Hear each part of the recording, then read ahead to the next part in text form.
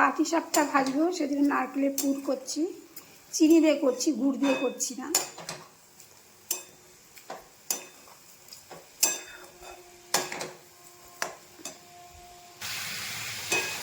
এরকম আমার পুর তৈরি হয়ে গেল। যেসব এগুলো ধোয়াধুয়ি মাঝামাঝি হয়েছে, কৌটাঘাটি অনেক কাজ ছিল। আর কর্তাবাবু খেয়ে তো অফিস চলে গেছেন, আর আমি এখন খাবো 3টে বাজে। কী কী রান্না করেছিলাম দেখো। ছেলেও খেয়ে বেরিয়ে গেছে, ছেলে আজকে একটা জায়গায় গেছে। ভাত আছে অল্প, এতটা আমার লাগবে না, হাফ আমি খাবো। আর শিম আলু ভাজা করেছিলাম, আমার টুকুই রয়েছে। মুগ ডাল আর হলো বাঁধাকপি ঘন্ট, মঙ্গলবারে নিরামিষ, এটাই আজকে খাবার ছিল আবার। এখন আমি খেয়ে নিই, তারপরে বিকেলবেলা বাজার যাব, কী কী কিনবো দেখাবো।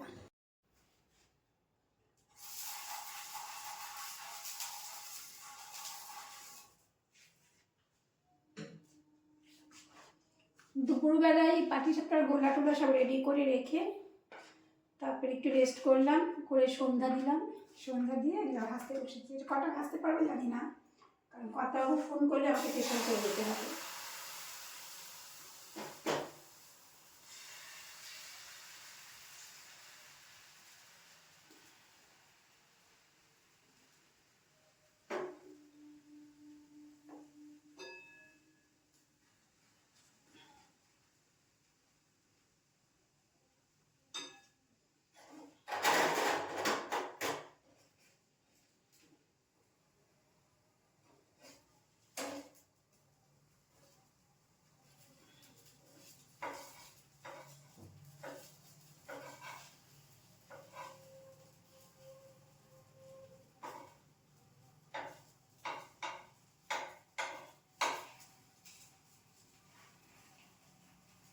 পাটিসাপটা প্রথম 1-2টা একটু অন্যরকম হয়, তারপরে খুব ভালো হয়ে ওঠে।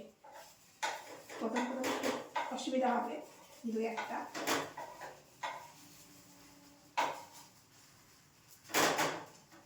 এই দেখো পাটিসাপটা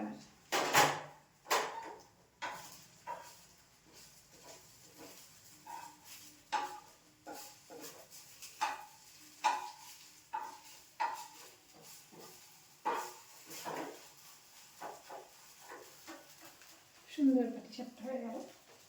পরেরটা আরো ভালো হবে।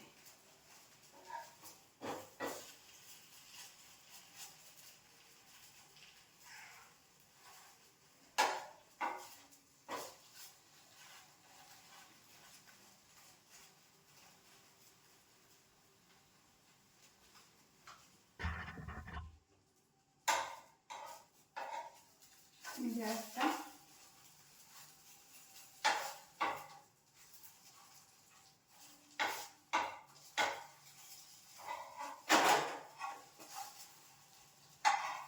খুঁজতে তুলতে পারছি না, ঢেলে ঢেলে নিচ্ছি।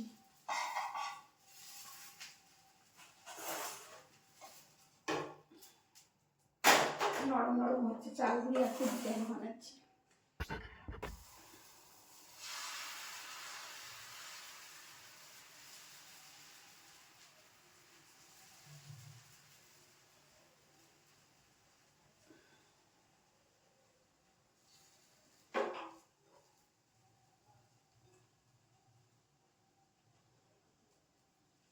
পুর বেশি দিলে না মিষ্টিটা বেশি লাগে, এমনিতেই পাটিসাপটার গোলাটা একটু মিষ্টি হয়, মিষ্টি মিষ্টি করে হয়, বেশি দিলে করে।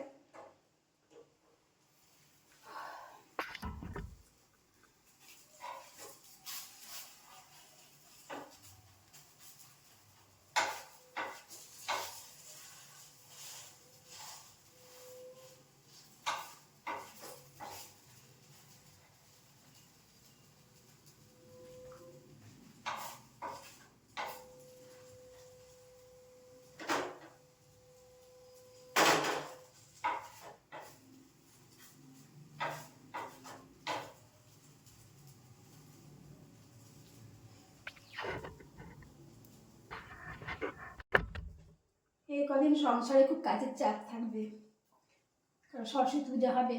সরস্বতী পূজা তো নিচে বারান্দায় হয়, বারান্দায় অনেক জিনিসপত্র আছে, সেগুলো হাঁটিয়ে সরিয়ে রেখে নামিয়ে বের করে তারপরে বারান্দা ধোয়া মোছা, তারপরে বাজার আজকে দেখছি একটু টুকটাক বাজার করবো, যদি করতে হবে তাড়াতাড়ি আসে তাহলে কিছুটা বাজার করে নিয়ে আসবো। তবে কালকেও বাজার করতে হবে, অনেক কাজগুলো অনেক কাজ, মাথায় একটা চিন্তা রয়ে গেছে, মানে পুজোটা সব জোগাড় জানতে হবে। তবে তাতে এবার নিজে হাতে আর খিচুড়ি ফিচুড়ি করা হবে না, ক বছর ধরে হচ্ছে না, লাস্ট কবে যেন হয়েছিল, তিন বছর ধরে 4 বছর ধরেই অর্ডার দেওয়া হচ্ছে ক্যাটারিংকে।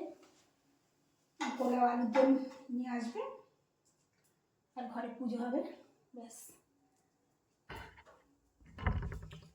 পুজোর ভিডিও প্রত্যেক বছরই করি, ঠিক মতো করতে পারি না, একা একা ভিডিও করি তো, কাজ করতে করতে কিন্তু ভিডিও করা যায় না, কেউ একদিন ভিডিও করে দেওয়া থাকলে পরে ছেলেটেলা সবই থাকবে, তোমরা তো ভিডিও করে না, করবেও না, আমাদের তাকাবেও না আমি আমার ভিডিও করবো, তাহলে ভালো হয়। কিন্তু কেউ নেই আমার ভিডিও করার, মেয়েদের সব ভিডিও করলে মানে ভিডিওটা সুন্দর হতো, ব্লগগুলো সুন্দর করতে গেলে তো সব কাজকর্মগুলো সুন্দর করে দেখানো, তবে তো ভালো লাগে।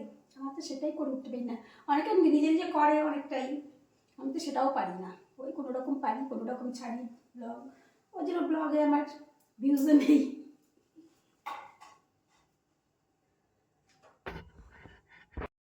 কর্তাবাবু হাওড়াতে ট্রেনে উঠে গেছে, মানে ট্রেন ছেড়েও দিয়েছে, আর 30-35 মিনিট মধ্যে ঢুকে যাবে, তার মানে আমাকে রেডি হয়ে চন্দ্রনগর স্টেশনে পৌঁছাতে হবে।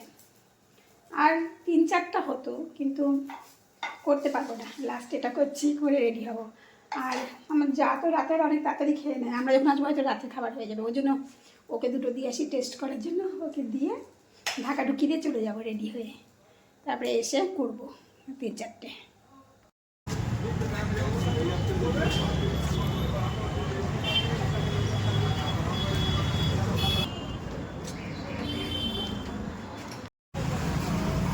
দর্শকর্মা বাজারটা করে নিচ্ছি, ফল কিছুটা করা হয়ে গেছে। স্টেশন থেকে কর্তাবাবুকে নিয়ে সরস্বতী পুজোর কিছুটা ফল, পুরোপুরি হয়নি, 3 রকমের ফল পেয়েছি, আরও 2-3 রকমের নিতে হবে, মানে 5 রকমের 7 রকমের ফল দিতে হয়, তো 3 রকমের ফল নিয়েছি।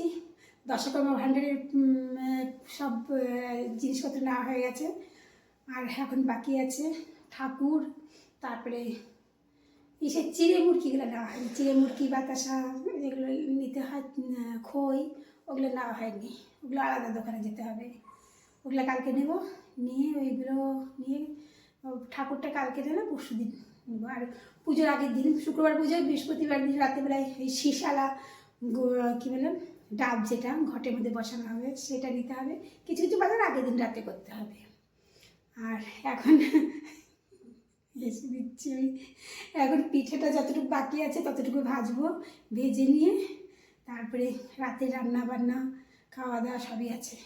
কর্তাবাবু এখনও বাথরুমে ঢুকে নেই, ঢুকবে, আমি কটা শর্ট করে নিয়ে তারপরে শর্ট ভিডিও করে নিয়ে তারপরে চেঞ্জ করবো। তো রাখি, টাটা, গুড নাইট।